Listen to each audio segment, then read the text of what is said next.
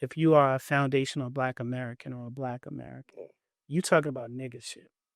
And I think it gets lost in that, right? And that's why I say we need to do better separating ourselves. We can't take everybody. We can't take everybody. Out of all Blacks in the world, we are doing way better than you motherfuckers. I'm sorry. It ain't even close. We are. It's a fact as a collective. Guess what? It's a lot more billionaire foundational Blacks than it is Africans.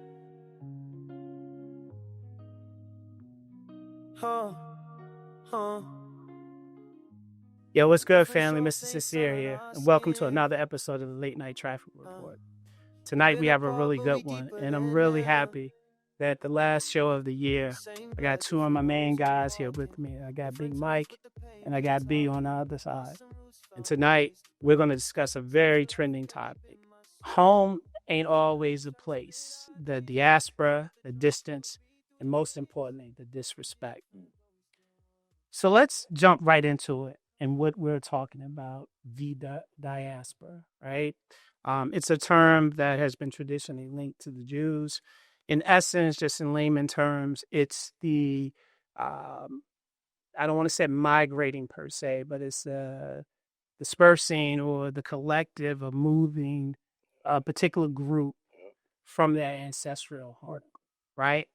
And around social media now, there's a lot of, or there's several propaganda moles, as I like to call them, that's really fueling this conversation, right? The dialogue between, African Americans, or what most commonly now recognize themselves as FBA, foundationally Black Americans, versus Africans. And we have to acknowledge that that's a real issue, right? I didn't necessarily know we were beefing to the point where it's gone now. Like, I didn't really understand that because, by all account, Africans come to America based off the sacrifices that our ancestors have, willingly and unwillingly made. When you talk about the term foundational Black Americans, it's more than just the name. We want to emphasize foundational because literally our blood, our DNA, our bones is in this land that they call, or we as a collective call America. So I want to really unpack that today. What's the disconnect, the divide within, between Black Americans and African Americans? So before we get into it, I want to give a little context, right? So when you think about the continent of Africa, right, you have to look at it from this perspective.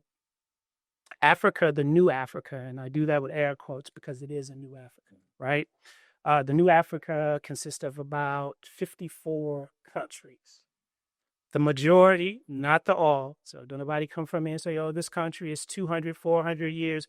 The majority of the new African countries are about 40 to 70 years old. Okay. So relatively young when you try to compare it to the U.S. So let's jump into it and talk about some of the cultural superiority complexes, and the misnomer that, Africans are more educated and foundational Blacks or Black Americans are lazy. What are you guys' thoughts on it? Because again, I didn't know we were beefing because it's kind of weird that, Africans come to America off the sacrifices that we made, that our ancestors made. So you can't really enjoy or steal or use the culture that we created and then look down on the people who created the culture. Let's make it make sense. Let's unpack that. I didn't know we were beefing. I'm not gonna lie to you. I didn't know about that. So I think it is interesting. I think how our culture grew up and how we were raised and the things that we had to go through. I don't think they've had to experience it, nor do they fully understand in a way. But is that technically their fault? Yeah, so that's a very good point. And that's kind of like a pivot or a segue in to talk about one of the let's just say leading propaganda moles, and this is my POV, Mr. Franck Zanu. Yeah. Franck Zanu, just to give you a little background, at least what I could find, he by trade or profession, he's a photojournalist, right? But he's been making a lot of rounds lately on social media, saying some pretty disingenuous things, or let's just say it's not complete or accurate what he's saying. One of the things that really got my attention, and it was this podcast, and I forget the name of the young brothers that have it, but I follow them, and they really let him come on the platform. And I understand what they were doing. Like when you have a platform, a popular platform, you can't have people on who have necessarily same beliefs that you have. You want to have a difference of opinion. That's the art of dialogue, right? But what I will say is, I think they let this brother um, spread a lot of hurtful propaganda. And the reason why I say that because he goes on, he says so much during that episode, and it really takes you have to. I don't want to say you just have to be intelligent to really be able to set through and stomach it because you don't have to be intelligent, but you gotta kind of have a very open mind to listen to what he's saying, even though you know it's absolute bullshit, right? But he goes in and he talks about a plethora of different things, a variety of different things. One of the things he talks about is, why does Black Americans, he goes and asks, what have we built? We don't have any culture. Then he tried to compare us to Japan oppressing Koreans, which makes no sense. It's nonsensical because there's a difference between colonization and slavery. Correct. I think we all understand that. Yes. And when you're colonized or oppressed in your own land, Correct. outside of the authority that you have to adhere to, that's really the only major change. You're free to worship your religion. You're free to speak your native tongue. You're free to carry on your traditions. And another reason, most importantly, why I thought it was very nonsensical, you can't compare 40 years of oppression to 400 plus years, maybe 500 years, because those same oppressions, they look different today in America, but they're systemic. They're embedded. They're in the DNA of our governments and our systems. So it hasn't been away. It just has a different mechanism of execution, if you will, right? So I thought that was very disingenuous. Well, the Koreans kept their native tongue and blah, blah, blah. You guys don't speak. You guys don't have a language. Well, two things. We do have a language, right? Number one, we do. And then it's a difference of retaining your native tongue when literally, if you spoke your native tongue in America, your tongue will be cut out of your mouth. It's a difference, right? So let's really unpack that and talk about that a little bit more.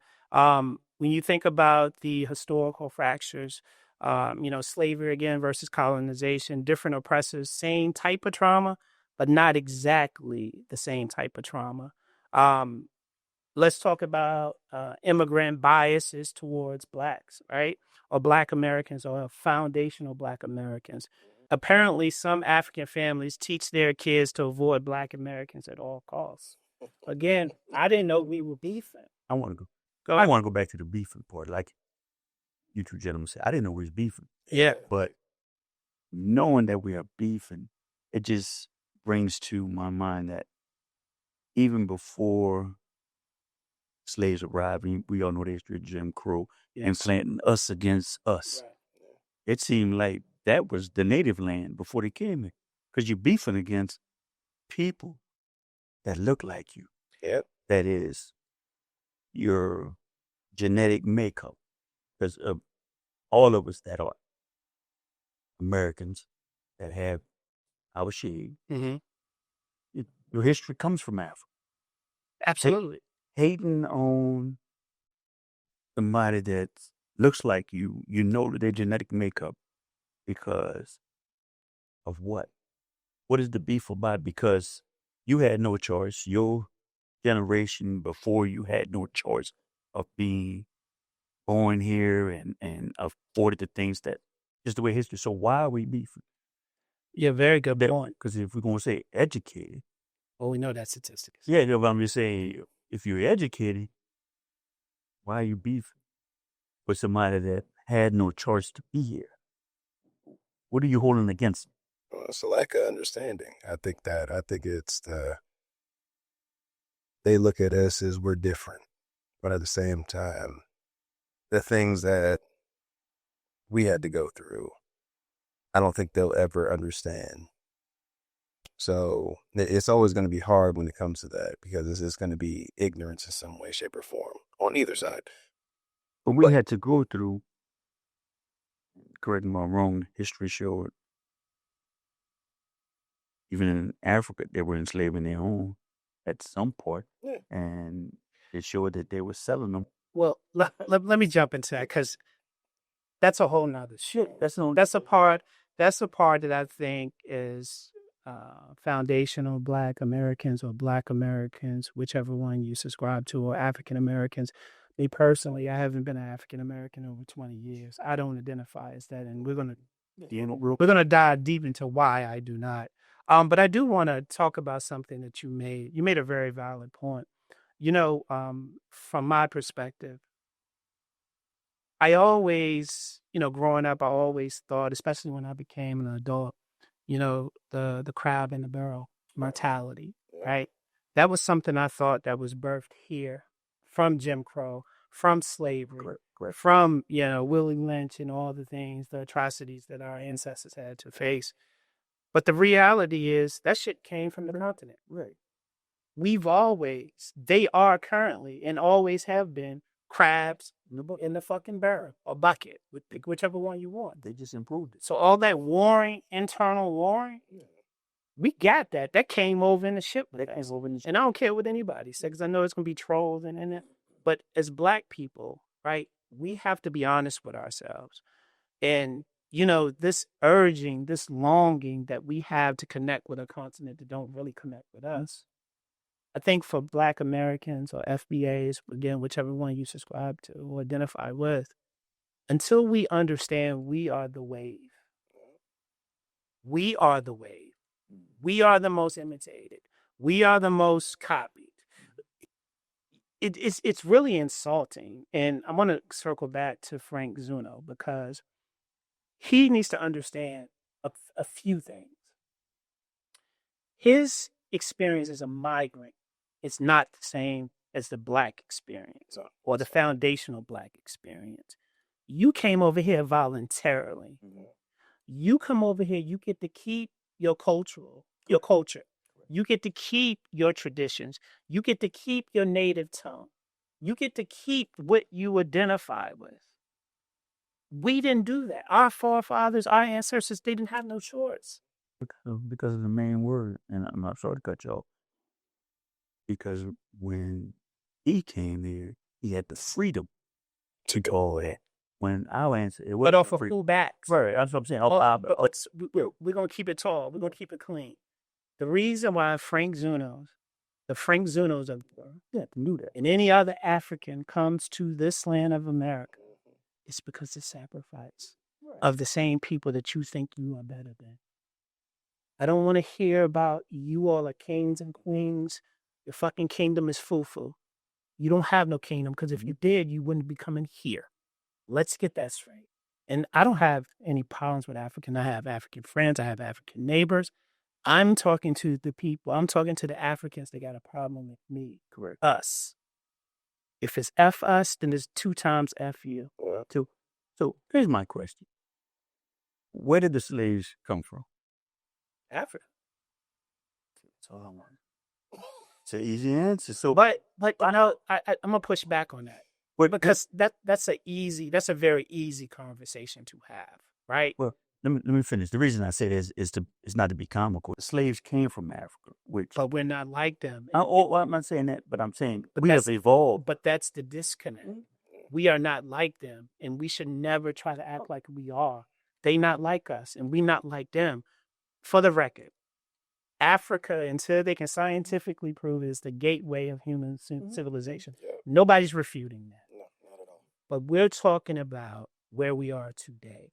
We're talking about, we need to get to the underlying issue that Africans have, or presumably have, with Black Americans or foundational Black Americans.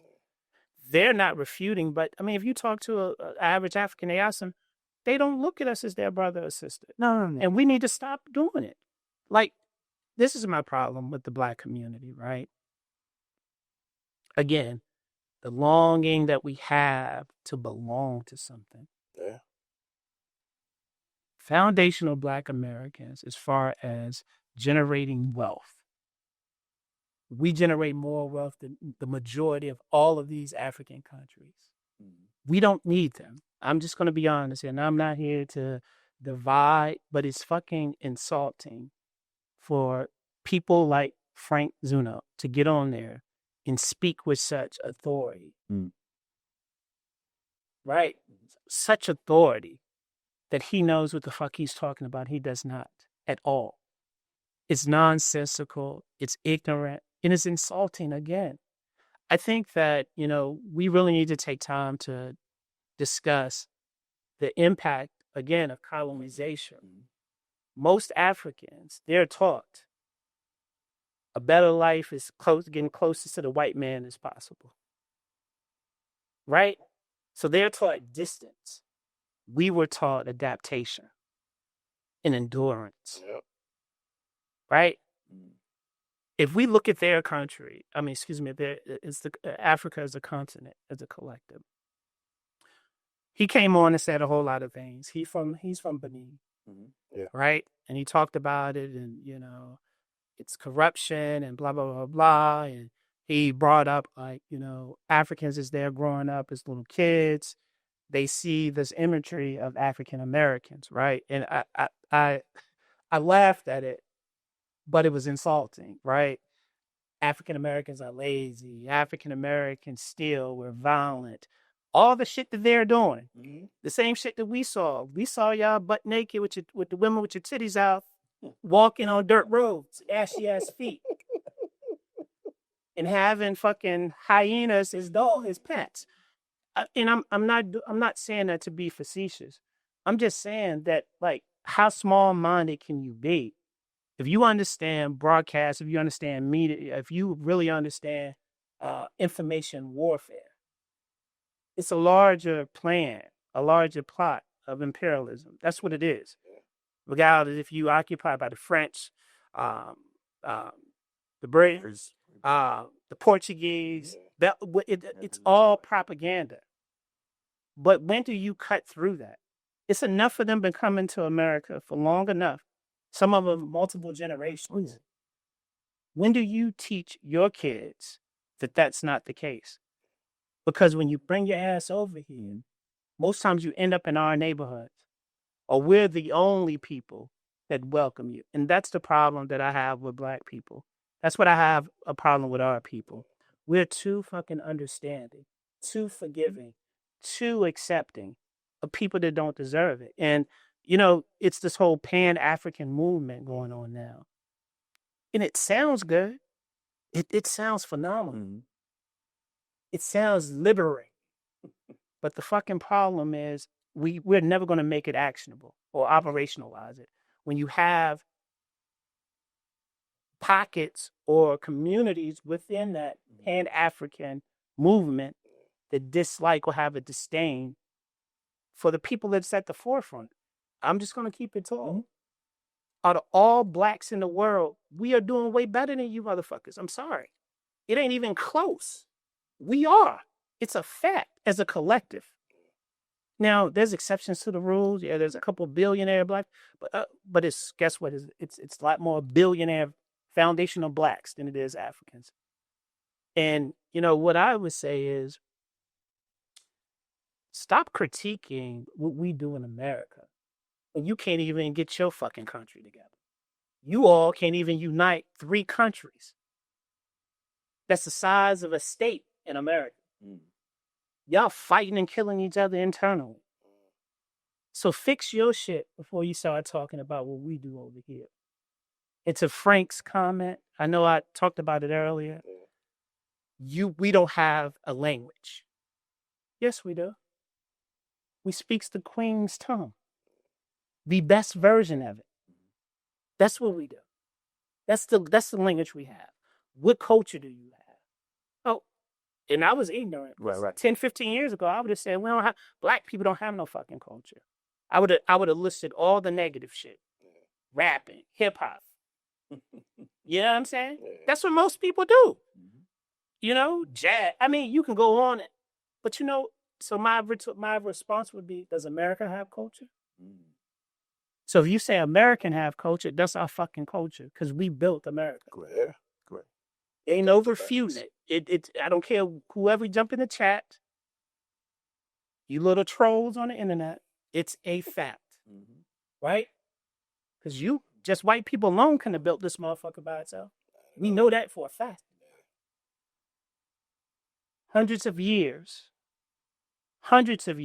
we built this country. 50,000 patents. And those are the ones they didn't steal from us. Right. So what the fuck is anybody talk about what we built? You're living in what? Look around. This is what we built. Now, we don't know it. We don't cherish it as a collective. And I'm not going to say all black people, because we do need to do a better effort of separating black people or foundational black Americans from niggas. Yeah. I want to leave all niggas behind. We need to do a better job of doing that. So I want to talk about why is it that they feel so comfortable disrespecting black Americans? So the big question is, like, who's pushing this narrative? Where are they hearing this from? There's a disconnect between Africans and blacks. How are Africans getting this information, or who's pushing this narrative of black people? Well, it's propaganda. You know who is. I said the imperialists, the colonizers, And I think the oppressors. That's what the biggest disconnect is. It's like the same thing that they're doing to them is what was done to us. But it's 2025. Are we not smart enough to see through that? We are. But most things are geared off of emotion at the end of the day. Most people want to see negativity. Most people, people gravitate more towards negativity than they do to positivity. I can give you 100 positive things and I give you one negative thing. You're going to harp on that negative thing. And I think that's where the challenge is. When it comes to disrespect, I'm going to answer your question in my opinion. Why do they feel like they can disrespect? Yes. My opinion is, who's the best person or the best group of people? Not everybody, but as a whole, who's the best people to disrespect, but the people that don't respect themselves? And I ain't talking about all of us. I think that's cliche. But let's keep it real, though. It's cliche, but is it not reality? Two things can be true. Yeah, it's reality. It's easy to disrespect the person that doesn't respect itself. I think that's the narrative that, again, if you are a foundational black American or a black American, you talking about nigga shit. And I think it gets lost in that, right? And that's why I say we need to do better separating ourselves. We can't take everybody. And it's a few bad apples out of the bunch, as they used to say, right? That's telling a story or painting an incomplete picture of black America as a whole. Because just think about it. Yes, we do kill each other. We do disrespect each other. We are, far as life, yes, in some of our communities of a small population, your life means nothing. I'm willing to kill you before I kill somebody else. I'm not refuting that. I'm not trying to negate that. I'm not trying to say that, we are where we're supposed to be. But it's not the majority. And when you don't speak in absolutes, you have to keep that in your mind. You can't speak in absolutes because guess what? There's white people killing white people too. There's Mexicans killing Mexicans too. But I agree with you, and I'm going to go back to your statement. I don't disagree with what you say. You're saying we got to separate. And even when you go back to Harry Tubman, she'd say you won't have to leave. They've been leaving. You had to leave some people behind every generation. Don't tell you everybody with you. We're the one race that will separate. Everybody else is separate. They can separate the ninjas from the others. We're the one race that we all in the same bucket. Yeah. They put us in the same bucket. Why? Because we don't allow ourselves to separate as a people. But why is that, though? That's a good question. Like for older generations, unity and community was a thing that kept them alive. Yes. And I think that's where the challenge is going to be, because there are certain people that need to be left behind. But I'm going to push back on that. There's a bigger play here that I think we've missed. When you talk about how did the older generation or our ancestors unify and value one another, you had some house ninjas back then too. Oh, for sure. You know what I'm saying? But I think at the core of why we worked together, because we lived together and we had our own. See, desegregation wasn't in our best interest. No, it wasn't. Back then, it's different if your whole community is Black and you have all levels of the caste system in reach and in your preview, meaning this. You could have a doctor, a lawyer, a janitor, a bus driver, a barber, right? Yeah. A realtor, right? Yes, sir. All on one neighborhood, perhaps even one block. So that tells a young man or a young girl that when I step outside of my stoop and I walk north up block or south down block, I can see I have options of what I want to be or what I could be. It was multiple views of success. Yes. Absolutely. And it wasn't, once again, it's us tearing each other down, because that was success no matter how you say it. Was your barber, or your butcher, or your this, on the same block. We were encouraging each other. Yes. Now it's a tear down system. Yes. Are you only above? Are you only The hour and a half now? Right. The less thans, yes. So we tear ourselves down from being successful, whatever gift you have. You look down upon if you're not on social media, having a bag of money. Man, you work every day. That's what you do. We tear each other down. Yeah. The older days, everything was uplifting. It was helping each other, not tearing each other down. Like you said, it's going to always be that 1 or 2 or that percentage of Everybody know this out there. But at the end of the day, the core, as you said, the core was always together. Let's uplift each other. Let's move together forward.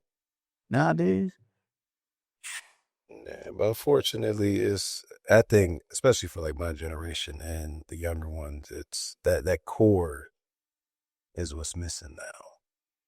The social media, just technology in general, is made it to where you can have it without technically having it, where you don't get the same feel. Well, that's ultra reality. That's what we live in now. We live in ultra reality. That's the big difference. That's what the change is. Let's bring it back, because I want to talk about a few more things. So another thing that I saw on social media over the last few weeks that I thought was very interesting. So everybody knows that, mass deportation is ongoing, right? Fully underway, right?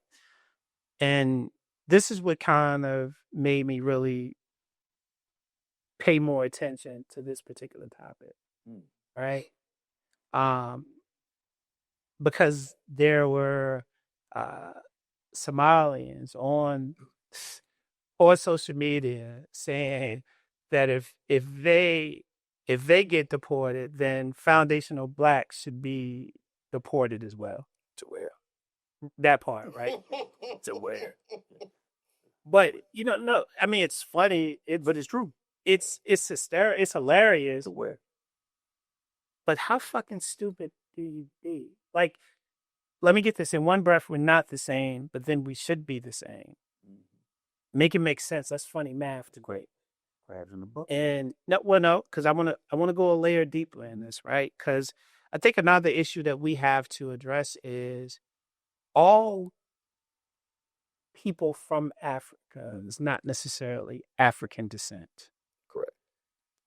In particular, when you look at Somalia and Sudan, they're dark Arabics. They're not necessarily African, and they let you know that. I mean, look at their features and, the shit that they known to be doing. No disrespect. They're dark Arabics. And, one prime example is, what's the bozo name? Fresh and Fit. The Fresh and Fit. Myron. Let's go to Marlon. He's another one that can't help himself about speaking on Black America. You're not a foundational Black American. You're not even a Black American. You are from Sudan. You are a dark Arabic. Mind your fucking business. We are not alike. You're not like us, so you can't speak on it. And that's really what the root is. Because colonialism is anti-African at its core. You know what I mean? And maybe even perhaps Black America, because the propaganda and the tactics that they use to disseminate false information about us, right? We're taught that, Africans are primitive. They're taught that we're dangerous, all this nut shit that goes on, right? But it's up to us to really understand that, right? And see through it. Because it doesn't really matter if Africans think they are, or think we are beneath them, which we're not, or either what we really think about them. In the grand scheme of it all, you all are ninjas to white supremacists in the system at large. All the same. You're all the same. You know what I'm saying? Yeah. I mean, you have an administration that say that you're from shithole countries. You know what I mean? So it's disappointing, right? That you have people that have some similarities. See, because I'm going to double down, triple down. We ain't the same. They not like us. I ain't like them and they ain't like me. And I don't want to be like them. I'm going to be honest with you. I have no beef with any Africans. Like I said, I have friends that's African, neighbors that are African. But if it's fuck me, it always has to be fuck you twice. That's just the way it goes. But when you're talking about it, Simone, I'm sorry to cut you off. And I started looking at it, but not all the time. And I always find it comical that whether Somalians or whoever come to America for a better life, whatever, they go into better life, better this, better that. Yeah. But complain about the place you came when there's planes that go back and forth every day. Every day. If it's that bad here, you have a great opportunity to go back home. That's when we go back to the intellect. They say they're smarter than us. You sure not. Right. Because you stay at a place that you complain about, but you don't want to go back to the place that's better. And you willingly stay here. You willingly come here. You damn near try to win the lottery to get here. But yet it's terrible. They treat you bad. You come here, you got opportunity to go back. But while you're here, you're taking advantage of every government opportunity, welfare, no, SNAP. You check advantage. Well, I was going to go with you 100% because I wanted to piggyback on it. But you did all the social programs that they always try to link us to, which we are not the biggest recipients of SNAP or welfare. Actually, white America. Yes, white America. But I'm just saying, you come here to take it. Well, what I'm saying is, to your point, I'm agreeing with you because that's what I said earlier in the episode. You come here and enjoy the benefits, the rights, in some instances, the luxury, the culture, the things that our forefathers, our ancestors, men and women died for. Absolutely. But then you have the audacity to twist your mouth or say something negative about us, this culture, which the only reason you hit the lottery and they let 100 of you or 200 of you come here because it's based off of civil rights in an immigrant policy. What is civil rights? Right? And I always say that we don't get enough credit for the impact that we have globally, the things that we do, right? I'm going to go back and double down on this. Everybody wants to be us. We're the most copied. But in the same breath, the most disrespected, the most easiest to be thrown away or tossed aside or looked down on. another interesting point that Frank brought up in this interview. And for those who don't know Frank, please go out there and research him, Google him, listen to some of his stuff. Um, I think he's a necessary evil. And the reason why I say I think he's a necessary evil, we need to condition ourselves to be able to see moles as they're inserted or ingested into the algorithm in our communities. How do you truly feel about How it? they truly feel. So then you know how to maneuver, right? To me, that's my personal opinion. He's trying to pick up where Thomas Sewell left off, right? He's a brother from New York. Maybe I shouldn't call him a brother. He's a black guy from New York, and he had some pretty outlandish views where he pretty much any statistic or any narrative that we Black Americans try to come up with, he was the secret weapon of the colonizers to come there to their defense and break it down statistically and all that nut shit, right? You know what I mean? And I think Zuno is trying to fill his shoes. So I wouldn't be surprised if he's on Fox News in the next month, 2 months. I mean, it's a play. Like, It's always a play. it's all like and we've seen this before. We've seen this movie before, right? We've seen these people be ingested, inserted into the algorithm to say the most outlandish shit. The algorithm picks them up. The white people, white supremacists, are all in the comments. This guy, protect this man at all costs. He's, all this nut shit that goes on there, right? And that's why I say he's a necessary evil, because we need to know people that share the same skin tone, but they double agents, man. They not all all wanting the best for us, and we have to have that discernment, right, to see through it, to see through the bullshit. And this, but he's bullshit. You know what I mean? He talks and says all this wild stuff, and take your ass back to Benin. You know what I mean? But I think he's a deep product of colonization and colonialism. Let me ask a question, because this was really interesting. Another discussion point that they had on the show, right? So it was, in essence, they asked, are Black Americans racist? What are you guys' thoughts on that? I don't think Black people can be racist, but Elaborate on it. I don't think Black Americans can be. And look, we're not speaking in absolutes, right? Because there's an exception to everyone. There's a fringe population in everybody's community. for the general public. But elaborate on it. I just don't think, I think we were one of the most accepting people. And I think that just comes from, just wanting to be accepted, finding home, figuring out who we are, and seeing where we belong at the end of the day. But no, I don't think we are, no. What are your thoughts? As a whole, I agree with Brandon. We're the most accepting people to come into our community, our culture. We will accept them. Do we have some hatred? Yeah. Oh, yeah. And you'll see more in today's time. You'll see some of us out there hate. No, but as a whole, we not racist. Yeah, let's qualify, right? I think I said from the beginning, there's fringe pockets. Oh, yeah, it's in every population. Everybody says a man. I'm saying Blacks as a majority, as a whole. I don't think we're racist. And here's why I don't think we're racist. This is why I know we're not racist. Talk about it. I think both of you brought up some very valid points, right?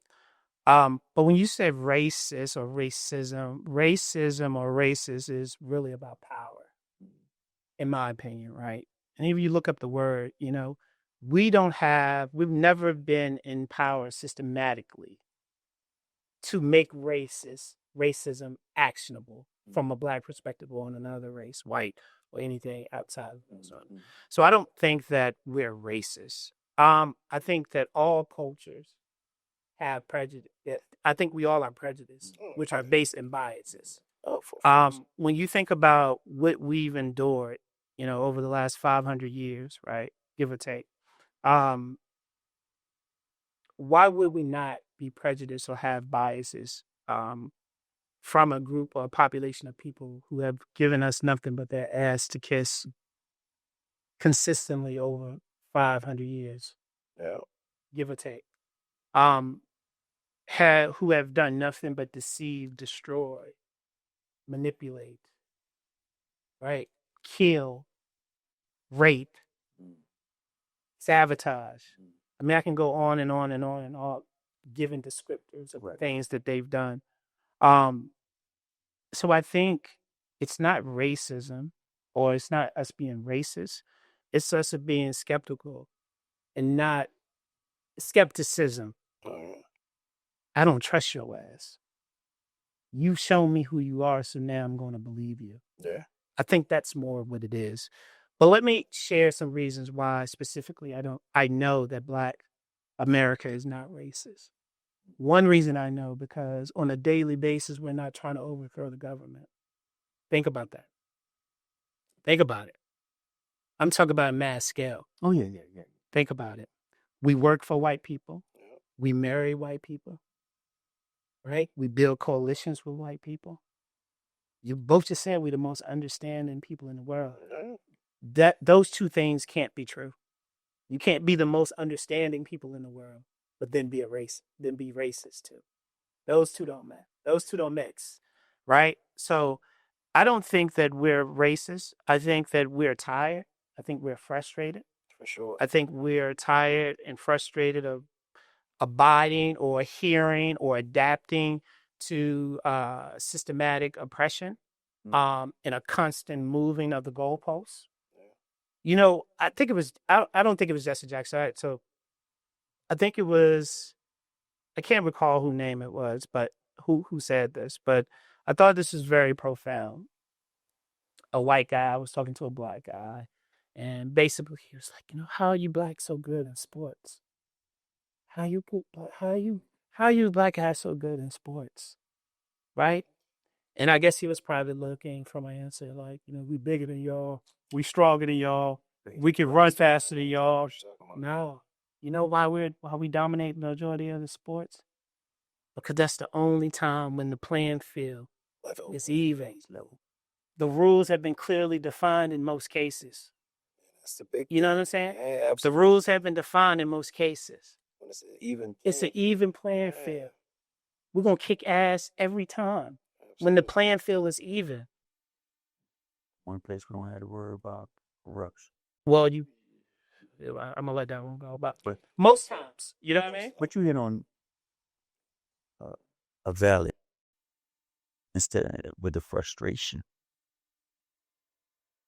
and that frustration is the part that becomes hatred and anger. So you hit that, and that is a true statement right there.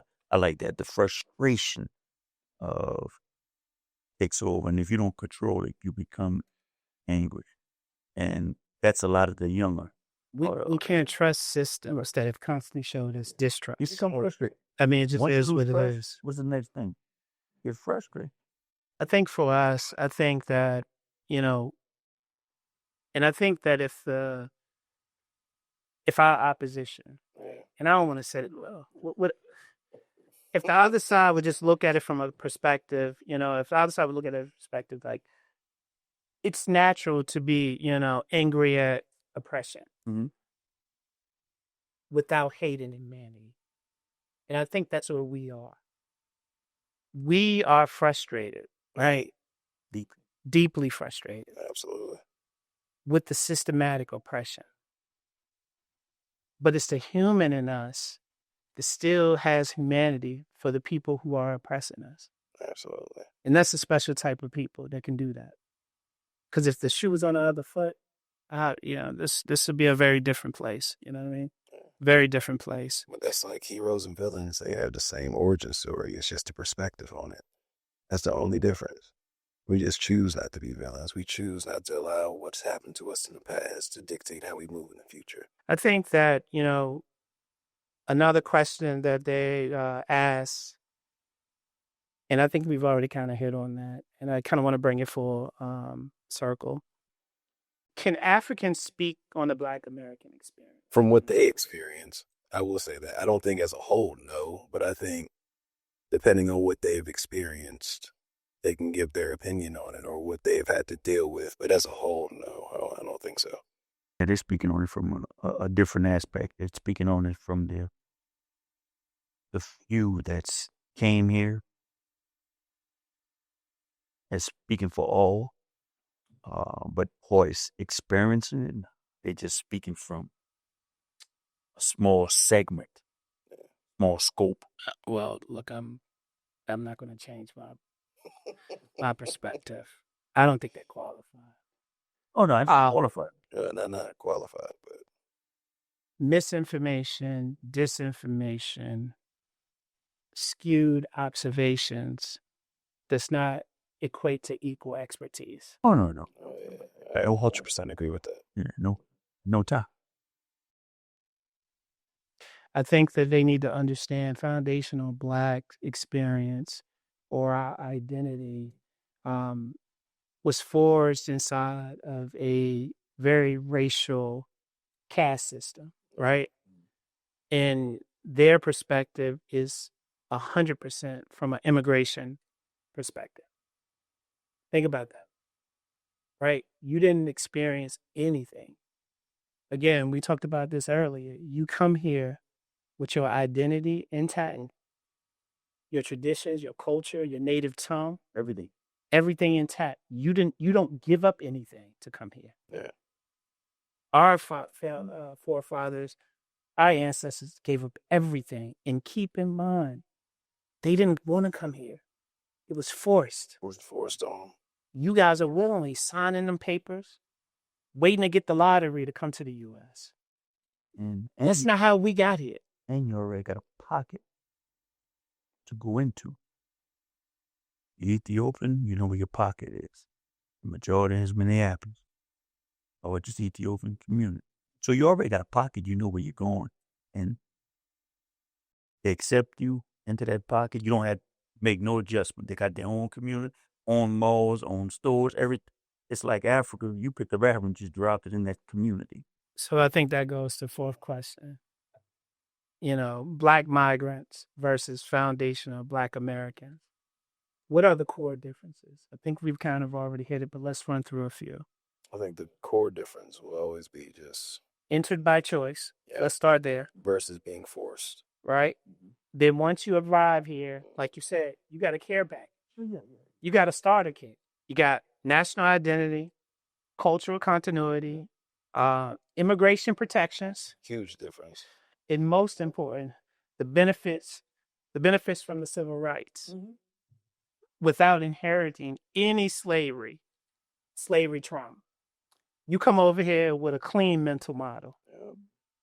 You come over here because you were colonized. You have a very thought out strategic plan. The closer you get to the whites, the better your life will be.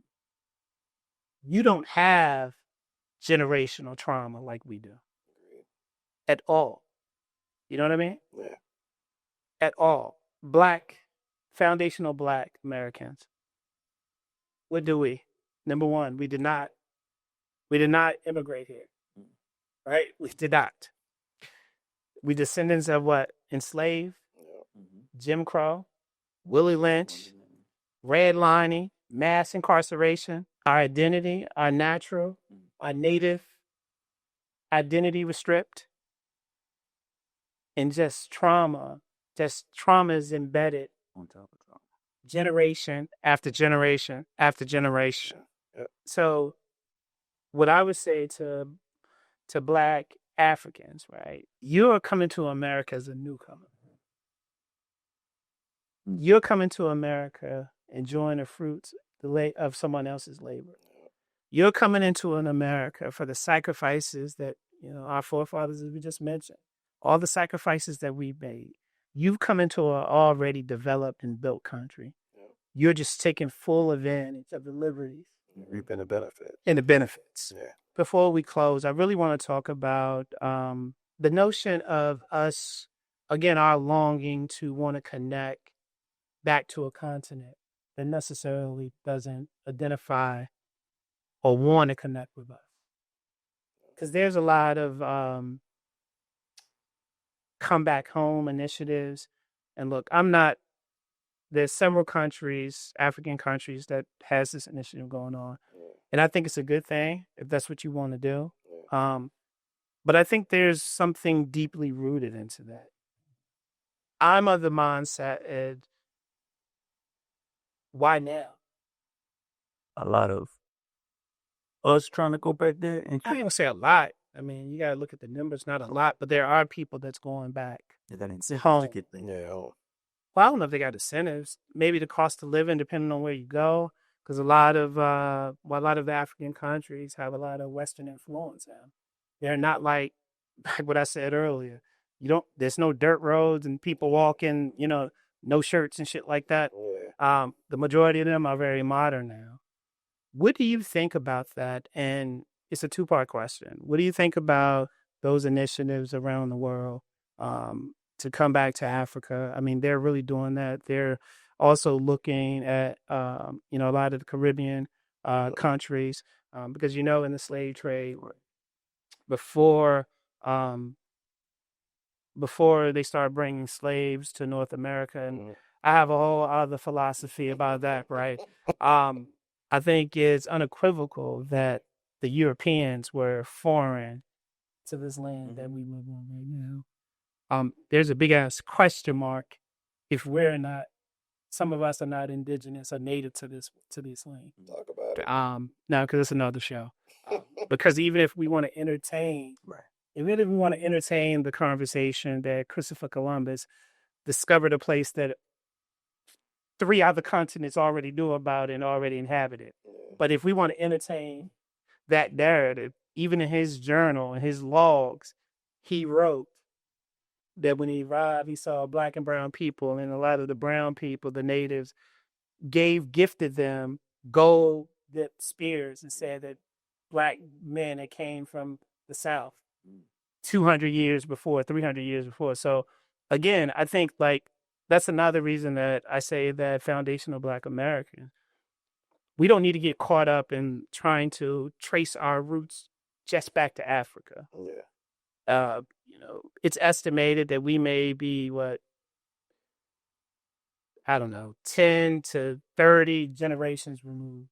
Depends on it. I mean, statistics are statistics. Oh, yeah. But I would challenge some people, you might have to go even further back for your DNA to be traced back to Africa. Yeah. And I'm going to bring it full circle. The reason why I want to sit down, I know I asked about the whole come back home and we kind of pivoted. I think that a lot of people, like when you ask a white American, where are you from? They say motherfucking Tennessee, Texas, Colorado. Rhode Island, Colorado, Nevada, Maine, New York, New Jersey, Florida, Virginia. They don't give a fuck about where they were from in Brutina or whatever the fuck it used to be called. They don't try to find their lineage back to a little village or township in the old country. They don't give a fuck about that. Black people, Black Americans need to start looking at it that way. Where are you from? I'm from America. Where am I from? Virginia, Pennsylvania, New York. That's it. And what you said is so true to the fact where you touched on it. I'm like you, but you're African. I said, no, I'm not from America. Going back to, like you said, the white, they're from Tennessee. They say, where you from? I'm from Texas, Louisiana, New Mexico, wherever they're from. But it goes back to that system. They're the only ones without a prefix, brother. Yes. They just call themselves white. So don't have everybody else. The system makes you have a prefix. So they make it where you from somewhere else. Yeah. And all of them are from somewhere else. Yeah. So they don't have, when that prefix is erased, where you say you're from. I'm from America. No, you're not. Your DNA comes from Ireland or wherever. Yeah. Germany, wherever your DNA come. But when I erase that prefix, I'm good. So that's a system for them to feel good about sending from Tennessee, where, like I say, everybody else got their prefix. You African American too. Your mind's like, oh, I'm from Africa, no, but you from Texas. Whole family. I never met You from Pennsylvania. I never met a white person ever tell me, "Hey, I'm from Pennsylvania, but I'm really from." They don't think that way, and we shouldn't either. So really quick, I know I asked the question, we kind of pivoted. My point that I was making about that, I think that Black people need to be a little bit smarter in their approach. All these welcome home, come back home, it's great, but it's a way of them suckering or taking your foundational Black American dollars, USD, to build up those countries. Most of them, you're not gonna be happy there. So much you want to go back home. I just think we need to look at the play, right? I think that, overall, disdain it's a learned behavior, not an inherited. And I think to close any beef or any tension between us, I think that we live in a society that's instantaneous. It's plenty of information. So regardless if you were taught that you're out in the world, and what you actually observe should mean more than what somebody else has told you. Like 100%. third, fourth hand information, rather what you experience. How do we treat you when you come here? Right? It's real. And again, if you don't like it and you have such a disdain, stop trying to be like us.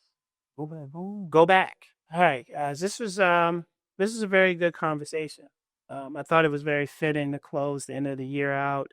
I think this is a conversation that will continue well into 26. Just watch out for the Franks, Zanos of the boroughs. And it's probably going to be a few more moles that pop up, the Marins, because they are necessary evils. And I'm going to double down on that as well. They're necessary evils. You need them to build your counter argument, and more importantly, to do your own research. Absolutely. So, the diaspora, in my opinion, its healing doesn't start with pretending we're the same. It really starts with respecting why we're not. And I think that in the whole Pan-African coalition, we have similarities, but we're not the same. And we all have to respect each other's different struggles.